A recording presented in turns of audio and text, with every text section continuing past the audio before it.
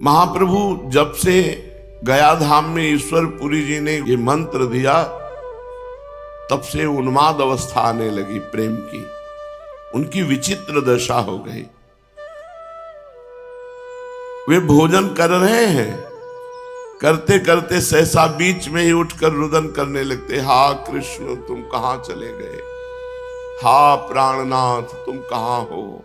भोजन करते करते रास्ता चलते चलते पागलों की भांति नृत्य करने लगते हैं। शयन कर रहे हैं, सहसा उठे बैठ जाते हैं और जोर जोर से हा कृष्ण ऐसे कहकर जोरों से चिल्लाने लगते हैं। कभी कभी लोगों से बात करते हैं और बीच में ही जोरों से ठहाका मारकर हंसने लगते हैं। रात रात भर रोते निकल जाती, सोने का नाम ही नहीं। लंबी लंबी सांसें लेते रहते, अधीर होकर अत्यंत विरही की भांति हिचकियां भरते रहते और उनके नेत्रों से इतना अश्रुजल निकलता कि संपूर्ण वस्त्र गीले हो जाते। विष्णु प्रिया जी इनकी ऐसी दशा देखकर भयभीत हो जाती और जाकर अपनी सास से, सची माता से सब बातें कहती कि पूरी रात हो गई, 1 मिनट सोना नहीं, हा कृष्ण। सची माता पुत्र की दशा देखकर दुख से कातर होकर रुदन करने लगती। सभी देवताओं को, देवियों को मनाती कि मेरे निमाई ये होश में हो जाए, पता नहीं क्या इनको हो गया, हर समय हा कृष्ण। वे करुणा भाव से अधीर होकर भगवान के चरणों में प्रार्थना करती कि प्रभु आप जानते हो इस दीनहीन कंगालिनी विधवा के एकमात्र पुत्र के ऊपर एक कौन सा भाव आ गया है, यही हमारा सहारा है। अगर ये भी ऐसे रहेंगे तो क्या हमारा जीवन, कृपा करो प्रभु, दया करो। मैं कभी धन नहीं चाहती, भोग नहीं चाहती, सुंदर वस्त्राभूषण, सुस्वादु भोजन की इच्छा नहीं, बस मेरे प्यारे निमाई का जीवन अच्छा रहे। मेरी आंखों का तारा ये निमाई स्वच्छ और निरोग बना रहे, यही मेरी प्रार्थना है। माता बार बार निमाई के मुख की ओर देखती और उनकी ऐसी दयनीय दशा देखकर अत्यंत ही दुखी होती। अब महाप्रभु जो भी काम करना चाहते उसे पूरा नहीं कर पाते। काम करते करते उन्हें अपने प्राण प्यारे श्री कृष्ण की याद आ जाती और उन्हीं के वियोग में चिल्लाने लगते, हा कृष्ण हा प्राणनाथ, और बेहोश हो जाते। ठीक ठीक कोई कार्य न कर पाना, भोजन भी नहीं कर पाते, स्नान संध्या पूजा ये सब बंद हो गए। कृष्णाकार वृत्ति, मुख से निरंतर श्री कृष्ण के मधुर नामों का ही अपने आप उच्चारण होता रहता है। किसी की बात का उत्तर भी देते हैं तो उसमें भगवान की अलौकिक लीलाओं का वर्णन करते हुए, किसी से बातें करते हैं तो केवल श्री कृष्ण के ही संबंध की, अर्थात वे श्री कृष्ण के सिवा कुछ जानते ही नहीं। श्री कृष्ण ही उनके प्राण हैं, श्री कृष्ण ही उनके धन है, श्री कृष्ण ही उनके सर्वस्व हैं। उनके लिए संसार में अब श्री कृष्ण के अतिरिक्त और कुछ है ही नहीं। महाप्रभु के जो विद्यार्थी जन थे, जब सुना कि गुरुजी गया धाम की यात्रा करके लौट आए तो एक एक करके महाप्रभु के घर आने लगे, पाठशाला में चलकर पढ़ाने की प्रार्थना करने लगे। सबके बहुत आग्रह करने पर प्रभु पाठशाला में पढ़ाने के निमित्त गए, किंतु पढ़ावें क्या, मानो सब शास्त्र एकदम भूल गए हों, बस कृष्ण नाम ही याद रह गया हो। पाठशाला में गए तो श्री कृष्ण नाम कीर्तन शुरू कर दिया। विद्यार्थी सोचते शायद मंगल श्री कृष्ण नाम से कर रहे हो, इसके बाद मंगलाचरण के बाद पढ़ाएं, बस यही पढ़ाई रह गई। कृष्ण कृष्ण कृष्ण कृष्ण कृष्ण कृष्ण कृष्ण है। उन्मत्त होकर कभी नृत्य करते, कभी गान करते, कभी रुदन करते। श्री कृष्ण का नाम ही एकमात्र सार है भैया, पढ़ने लिखने में कुछ नहीं रखा।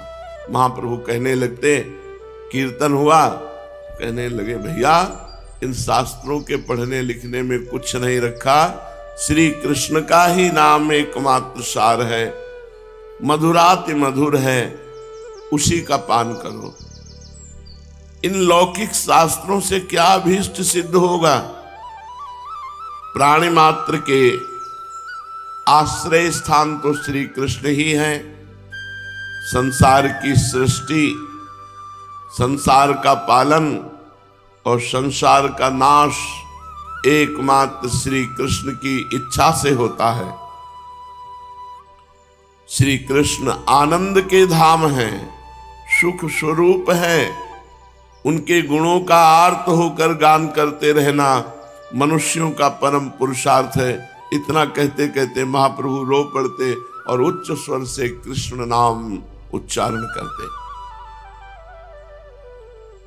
इन बातों को श्रवण करके कुछ विद्यार्थी तो आनंद सागर में निमग्न हो गए। वे तो बाह्य ज्ञान शून्य होकर परमानंद का अनुभव न करने लगे, और कुछ जो किताबी ज्ञान रखने वाले थे,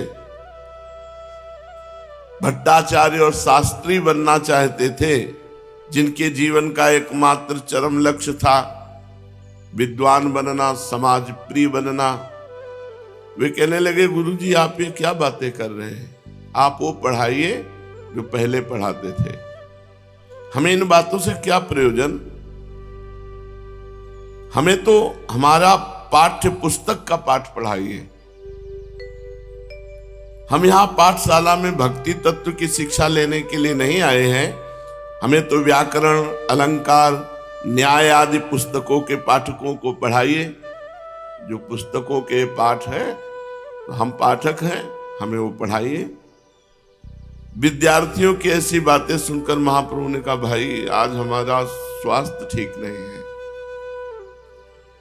आप लोग अपना अपना पाठ बंद रख कर दीजिए, पुस्तकों को बांध कर रख दीजिए, आज चलो हमारे साथ गंगा स्नान करने, कल पाठ करवाएंगे।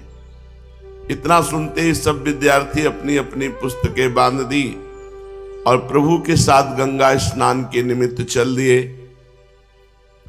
गंगा जी पर पहुंचकर बहुत देर तक जल विहार होता रहा।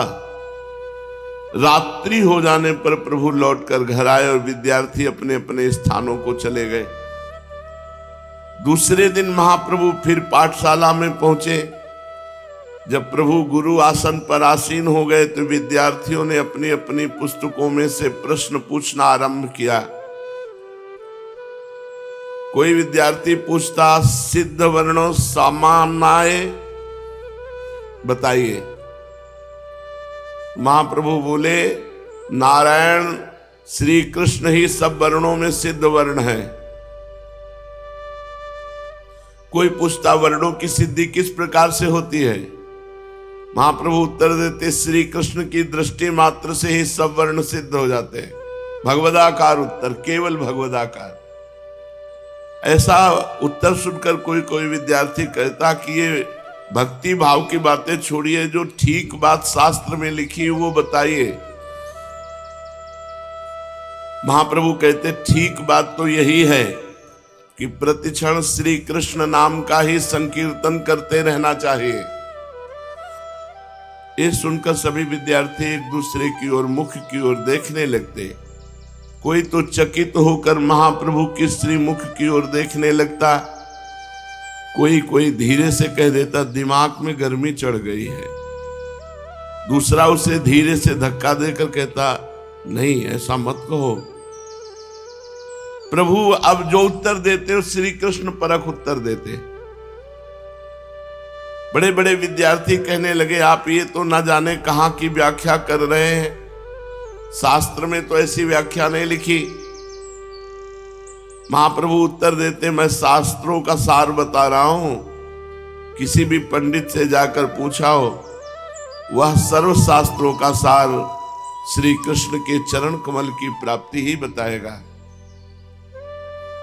विद्यार्थी बेचारे इनकी अलौकिक बातों का उत्तर दे ही क्या सकते थे। सब अपनी अपनी पुस्तकें बांधकर अपने अपने स्थान के लिए चले गए। कुछ समझदार और बड़े छात्र पंडित गंगादास जी की सेवा में पहुंचे। वे प्रणाम करके उनके समीप बैठ गए। कुशल प्रश्न के अनंतर आचार्य गंगादास ने उनके आने का कारण पूछा। दुखी होकर उन लोगों ने कहा, महाराज जी हम क्या बतावें, हमारे गुरुजी जब से गया से लौट के आए हैं उनकी विचित्र दशा हो गई है। वे कभी हंसते हैं कभी रोते हैं। पाठशाला में आते हैं तो पाठ पढ़ाने के लिए, किंतु पाठ न पढ़ाकर भक्ति तत्व का उपदेश देने लगते हैं। हम लोग व्याकरण, न्याय, अलंकार तथा साहित्य आदि किसी भी शास्त्र का प्रश्न करते हैं तो वे उसका कृष्ण परक उत्तर देते हैं। उनसे जो भी प्रश्न किया जाए उसी का उत्तर ऐसा देते हैं जो पाठ्य पुस्तक के एकदम विरुद्ध है।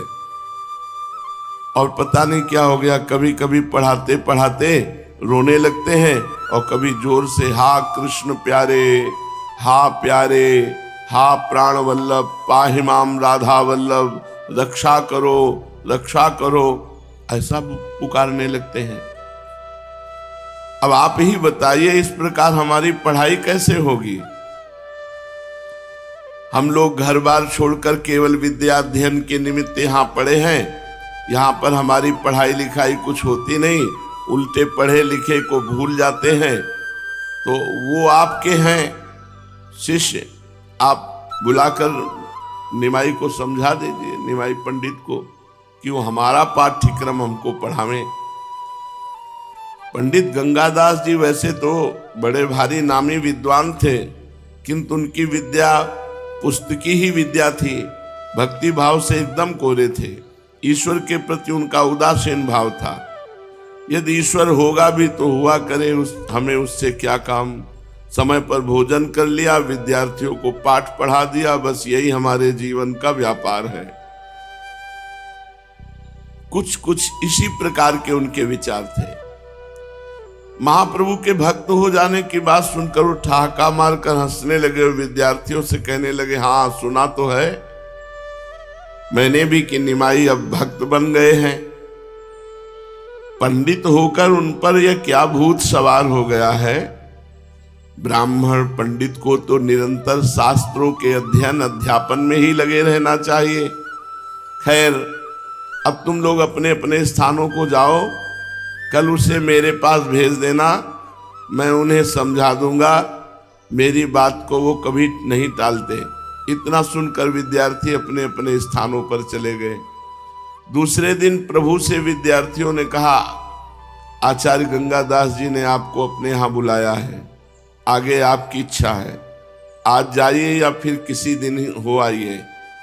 आचार्य गंगादास जी का बुलावा सुनकर प्रभु उसी समय 2-4 विद्यार्थियों को साथ लेकर उनके स्थान पर पहुंचे। वहां जाकर प्रभु ने अपने विद्या गुरु के चरणों की वंदना की। गंगादास जी ने भी उनका पुत्र की भांति आलिंगन किया और बैठने के लिए एक आसन की ओर संकेत किया। आचार्य की आज्ञा पाकर उनके बतलाए हुए आसन पर महाप्रभु बैठ गए। प्रभु के बैठ जाने पर साथ के विद्यार्थी भी पीछे एक ओर हटकर पाठशाला की बिछी हुई चटाइयों पर बैठ गए। प्रभु के सुखपूर्वक बैठ जाने पर वात्सल्य प्रेम प्रकट करते हुए आचार्य गंगादास जी ने कहा, भाई निमाई, तुम मेरे प्रिय विद्यार्थी हो, मैं तुम्हें पुत्र की भांति प्यार करता हूं। शास्त्रों में कहा है अपने प्यारे की उसके मुख पर बड़ाई न करनी चाहिए, क्योंकि ऐसा करने से उसकी आयु क्षीण होती है। किंतु यथार्थ बात तो कही ही जाती है। तुमने मेरी पाठशाला के नाम को सार्थक बना दिया। तुम जैसे योग्य विद्यार्थी को विद्या पढ़ाकर मेरा इतने दिनों का परिश्रम से पढ़ाना सफल हो गया। तुमने अपने प्रकांड पांडित्य द्वारा मेरे मुख को उज्जवल कर दिया। मैं तुमसे बहुत ही प्रसन्न हूं। आचार्य के मुख से अपनी इतनी प्रशंसा सुनकर प्रभु लज्जित भाव से नीचे की ओर देखते हुए चुपचाप बैठे रहे, कोई उत्तर नहीं दिया। आचार्य गंगादास जी फिर कहने लगे, योग्य बनने के अनंतर तुम अध्यापक हुए, तुमने पढ़ाने का कार्य भी यथेष्ट किया जिससे तुम्हारी ख्याति प्राप्त हुई। तुम्हारे सभी विद्यार्थी सदा तुम्हारे शील स्वभाव की तथा पढ़ाने की सरल सुंदर प्रणाली की प्रशंसा करते रहे। वे लोग तुम्हारे सिवा दूसरे किसी के पास पढ़ना पसंद ही नहीं करते, किंतु कल उन्होंने आकर मुझसे तुम्हारी शिकायत की है। तुम उन्हें अब मनोयोग के साथ ठीक ठीक नहीं पढ़ाते हो, और लोगों ने भी मुझसे आकर कहा कि तुम भक्तों की भांति रोते गाते हो, हंसते कूदते हो। अरे कितने भारी विद्वान अध्यापक होकर तुम्हें ऐसी बातें शोभा नहीं देती। तुम विद्वान हो, समझदार हो, मेधावी हो, शास्त्रज्ञ होकर, हाँ कृष्ण देखो शास्त्रज्ञ है, इसे मूर्खता समझ रहे हैं। यही तो भगवान की बड़ी विचित्र माया है। ये ढोंग क्यों करते हैं? उन्हें भक्ति ढोंग लग रही है, मूर्खता लग रही है, इसीलिए बड़े बड़े विद्वान भगवान के रहस्य को नहीं जान पाते। जो शास्त्रों की बातें तो जानते नहीं, विद्या बुद्धि से हीन है, तुम्हें इसकी क्या जरूरत है? तुम तो स्वयं विद्वान हो, बड़े बड़े लोग तुम्हारी विद्या बुद्धि पर ही मुक्त होकर के मुक्त कंठ से तुम्हारी प्रशंसा करते हैं, सर्वत्र तुम्हारी प्रतिष्ठा है, फिर तुम ऐसे अशास्त्रीय आचरणों को क्यों करते हो? ठीक ठीक बताओ क्या बात है? सब बातें सुनकर भी महाप्रभु चुप रहे, उन्होंने किसी भी बात का कोई उत्तर नहीं दिया। गंगादास जी ने अपना व्याख्यान समाप्त नहीं किया, फिर वे कहने लगे, तुम्हारे नाना नीलांबर चक्रवर्ती एक नामी पंडित हैं, तुम्हारे पूज्य पिता भी प्रतिष्ठित पंडित थे, तुम्हारे मातृकुल और पितृकुल में सनातन से पांडित्य चला आया है, तुम स्वयं भारी विद्वान हो, तुम्हारी विद्या बुद्धि से ही मुग्ध होकर सनातन मिश्र जैसे राज पंडित ने अपनी पुत्री का विवाह तुम्हारे साथ किया है। नवद्वीप की विद्वान मंडली तुम्हारा यथेष्ट सम्मान करती है, विद्यार्थियों को तुम्हारे प्रति पूर्ण सम्मान के भाव है, फिर तुम मूर्खों जैसा, तुम किस मूर्ख की चक्कर में आ गए? बड़े बड़े विद्वान भी भगवान की भक्ति का रहस्य नहीं जानते। देखो बेटा, अध्यापक का पद पूर्व जन्म के बड़े भाग्य से मिलता है, तुम उसके काम में असावधानी करते हो, ये ठीक नहीं। बोलो उत्तर क्यों नहीं देते? अच्छी तरह आज से पढ़ाया करो। नम्रता के साथ महाप्रभु ने कहा, आपकी आज्ञा पालन करने की भरसक चेष्टा करूंगा। क्या करूं? मेरा मन मेरे वश में नहीं है, कहना चाहता हूं कुछ, मुंह से निकलता है कुछ, करना चाहता हूं कुछ, हो कुछ और रहा। अब कितनी कम शब्दों में स्थिति बता दे, लेकिन इनकी समझ में नहीं आएगी क्योंकि ये विद्वान है। गंगादास जी ने प्रेम के साथ कहा, सब ठीक हो जाएगा, चित्त को एकाग्र रखो। तुम तो समझदार आदमी हो, मन को वश में करो, सोच समझ कर बात का उत्तर दो। कल से खूब सावधानी रखना, विद्यार्थियों को खूब मनोयोग के साथ पढ़ाना। अच्छा समझ गए? महाप्रभु ने कहा, जो आज्ञा। आचार्य गंगादास को प्रणाम किया और विद्यार्थियों के साथ उनसे विदा हुए। आगे और भी महारसमयी चर्चाएं हैं, सुशेष आगे। श्री राधा वल्लभ लाल।